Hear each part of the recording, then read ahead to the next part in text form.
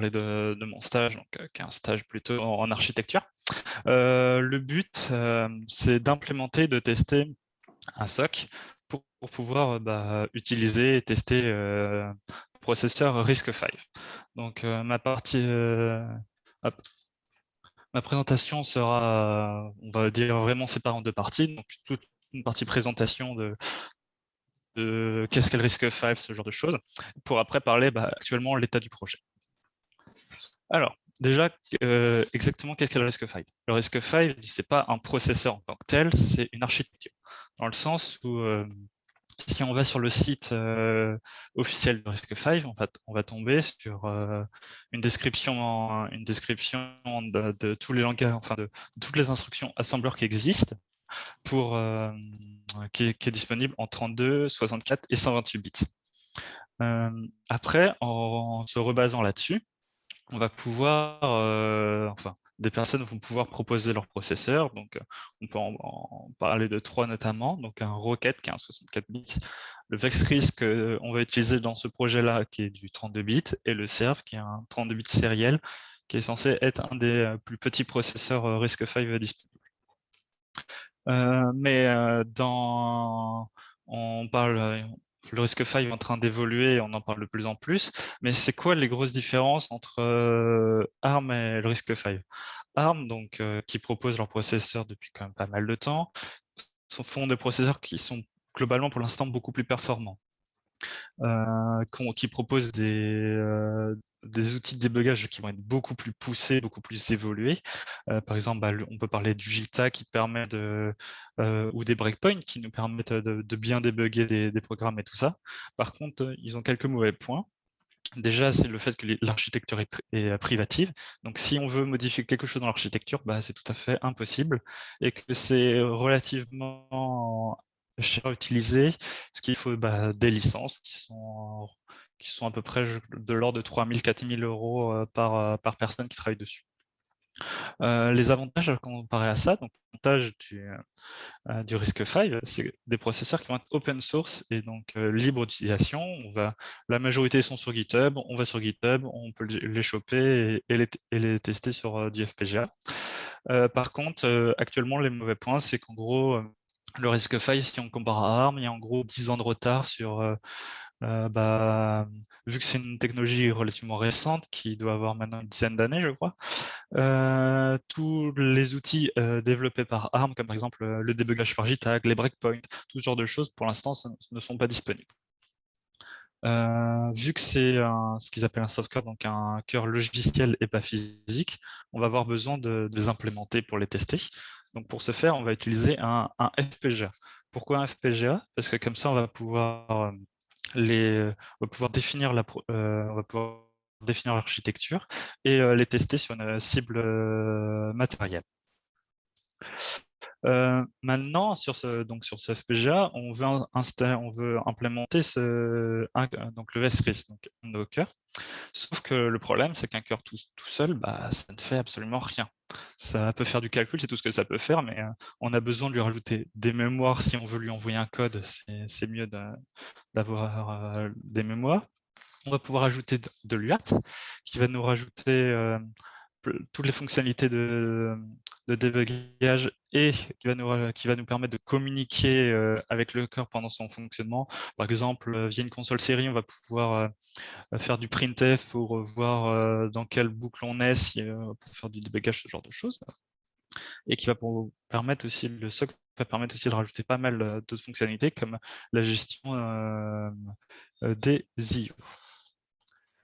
Alors, donc le SOC qu'on utilise nous, c'est Lightx. Lightx qui est un SOC développé par Enjoy Digital, donc une boîte dans le Finistère.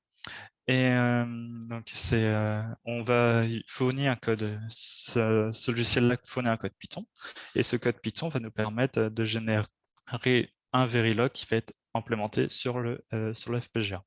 Donc c'est un logiciel assez évolué parce que il supporte pas mal de cartes, dont la carte qu'on a besoin, le processeur, et fournit des IP propres comme Light Video qui permet de rajouter du VGA, DVI et HDMI sur nos cœurs, et l'IDRAM qui est un support qui va nous rajouter, qui est pour utiliser des SDRAM.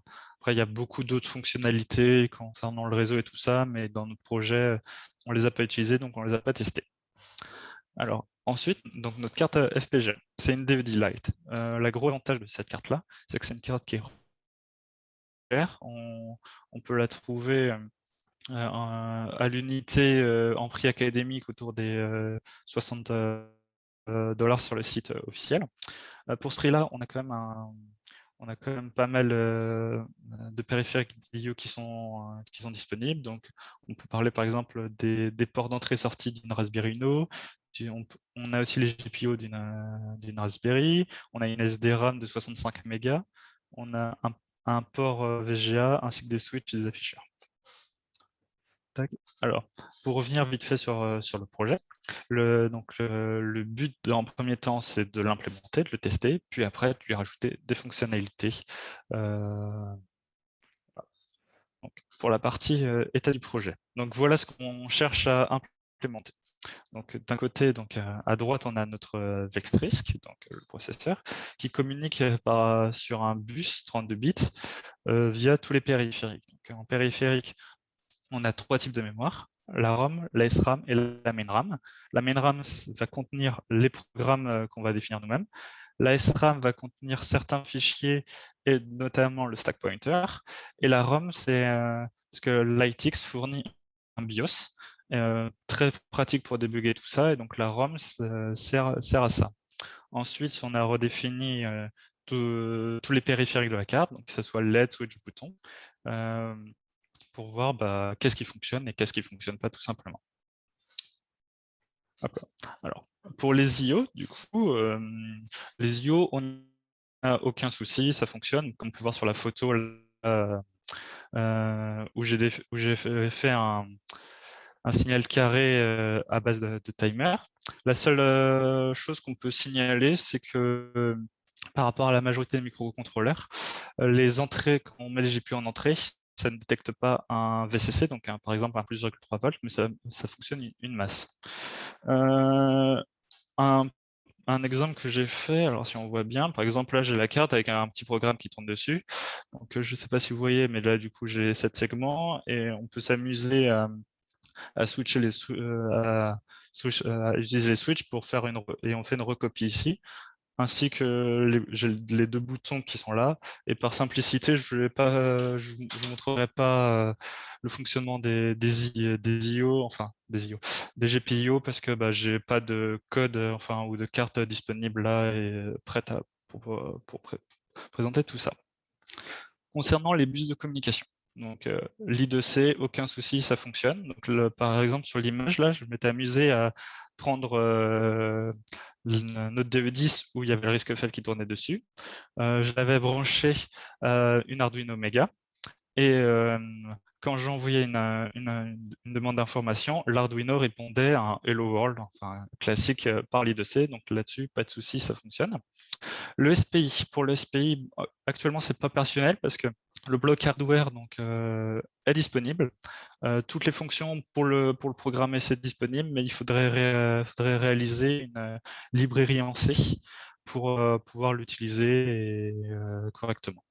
Donc pour l'instant le SPI n'est pas encore disponible. Alors là on arrive sur un des points durs du projet, c'est la SDRAM. Donc, on a notre SDRAM de 65 mégas qui ne fonctionne absolument pas. Et pour ce faire, pour essayer de la débugger, on s'est procuré une DE, un SOC, qui a la particularité d'avoir exactement le même module, sauf que la grosse différence, c'est que sur la DE1, ça fonctionne, mais pas sur la 10. Donc, il y a beaucoup de travail qui a été fait sur celle-là pour comprendre qu'est-ce qui se passe exactement. Et l'hypothèse retenue actuelle, c'est qu'en fait, Quartus n'implémente pas correctement lors de la compilation la SDRAM, n'envoie pas les machines d'état et du coup, la SDRAM n'est juste pas utilisée. Par exemple, si on va regarder les pattes sur lesquelles il y a des données ou l'horloge, on sera impossible, on ne pourra pas trouver la moindre horloge sur sur l'SDRAM, alors que si on met l'horloge en sortie sur une pin, ça fonctionne. Donc, il se passe quelque chose à ce niveau-là, c'est encore un peu flou, et c'est assez compliqué à débugger, étant donné que les composants sont mal instanciés. On a un seul fichier Verilog de 6000 lignes, donc c'est assez problématique pour réussir à débugger tout ça. Donc, dans un futur plus ou moins proche, pour la fin de la semaine, le but, ça serait de réussir à essayer de- de dépanner ça. Pour ceci, utiliser j'ai un oscilloscope à ma disposition, j'ai des analyseurs logiques à ma disposition et utiliser tout ça pour essayer de bien comprendre ce qui se passe et essayer de dépanner ça quelques jours qui me restent. Alors, concernant le projet, donc, il y a le multicœur dans un premier temps qui peut être intéressant, qui pour l'instant ne fonctionne pas correctement. J'ai réussi à l'implémenter, il n'y a pas de souci, on peut mettre jusqu'à 4 cœurs sur ce FPGA-là. Par contre, lors du boot, il renvoyait à peu près n'importe quoi. Du coup, le but, ça serait de réparer la SDRAM pour pouvoir envoyer un Linux dessus, pour pouvoir gérer le multicœur et vraiment le tester. Mais cette partie-là, sans SDRAM, je suis complètement bloqué. Et sinon, un autre point qui pourrait être intéressant, c'est le multi-CPU, c'est-à-dire le but là, on repart sur notre FPGA, on met aucun périphérique d'entrée-sortie à part l'UART, et d'avoir plusieurs cœurs indépendants, enfin plusieurs processeurs indépendants les uns des autres, et de voir comment ça fonctionne. Ça, j'ai pas eu le temps de m'y pencher. C'est un sujet qui peut être assez intéressant, notamment pour l'utiliser pour faire du data flow. Je vous remercie pour vos écoutes. Avez-vous des questions? Merci beaucoup pour la présentation, c'était très très clair. Est-ce qu'il y a des questions? J'aurais une question juste sur la fin. J'ai pas compris la différence entre ton ouverture entre c'était multi-CPU et multi-core. Ah oui, ok. Alors, quand on parle de multi-cœur, donc ça, on prend un seul processeur et on implémente ces plusieurs cœurs. Donc, par exemple, on prend un seul processeur et on va pouvoir mettre 2, 3, 4 cœurs, etc. Là, le multi-CPU, ce qu'il faut se dire, c'est qu'en fait, on va faire des processeurs indépendants les uns des autres. Ce ne sera pas des cœurs, mais ça sera bien deux processeurs distincts l'un de l'autre, en fait. D'accord, donc L'idée, ça serait... plusieurs socs en fait, si on peut dire. En soi, oui. En soi, oui. Plusieurs socs sur le même FPGA. Oui. D'accord. Et c'est quoi l'intérêt par rapport à du multicœur? Parce que je suppose que tu n'as pas présenté le résultat de coût, mais je suppose que le SOC il doit avoir un coût assez important par rapport au fait d'implémenter juste les cœurs. En fait, les cœurs, c'est vrai que je n'ai pas parlé trop de coûts et tout ça, mais les cœurs, en fait, sont assez lourds parce qu'on va implémenter beaucoup de FIFO, donc de FIFO assez grosses. Je crois que c'est des FIFO de 8000 éléments, ce genre de choses. Et, euh, et du coup, dès qu'on passe de simple cœur à double cœur, on double, voire triple le poids sur le FPGA. Et alors qu'au final, le stock, si on arriverait à en implémenter plusieurs, ça finirait par être plus léger que d'avoir 2 ou 3 cœurs sur un même processeur. C'est assez contre-intuitif, mais c'est les résultats de builds qui sont comme ça. D'accord. Et tu as des FIFO sur ton SOC? Ouais, enfin quand on passe en multicœur, il y a tout un... En fait, on change de processeur, c'est une version qui a été adaptée pour le multicœur. Et du coup, de base, il y a des FIFO qui sont implémentés entre chacun des cœurs pour leur permettre de communiquer ensemble, etc. D'accord, ok. Je n'ai pas d'autres questions. Ouais, moi j'avais plus une question, mais tu n'en as pas du tout parlé sur le coût. Enfin là, tu viens un peu d'en reparler en disant que tu n'avais pas affiché, mais du coup, c'est pour un cœur, tu prends combien de pourcentage en gros du FPGA? Alors, Parce que le attends. DE10, c'est quand même un petit, enfin petit, entre guillemets, c'est quand même Euh, 50 calitres, mais. Ouais, attends 30 secondes. Je vais- Je sais pas si tu as. Non, mais c'est pas la peine Non, de me mais sortir. t'inquiète, j'ai Overleaf qui est ouvert à côté, donc c'est bon. Alors, pour un cœur, alors on va prendre le socle le plus classique. Le socle le plus classique, je suis ici en IM. On utilise 5900 éléments logiques, donc 12%.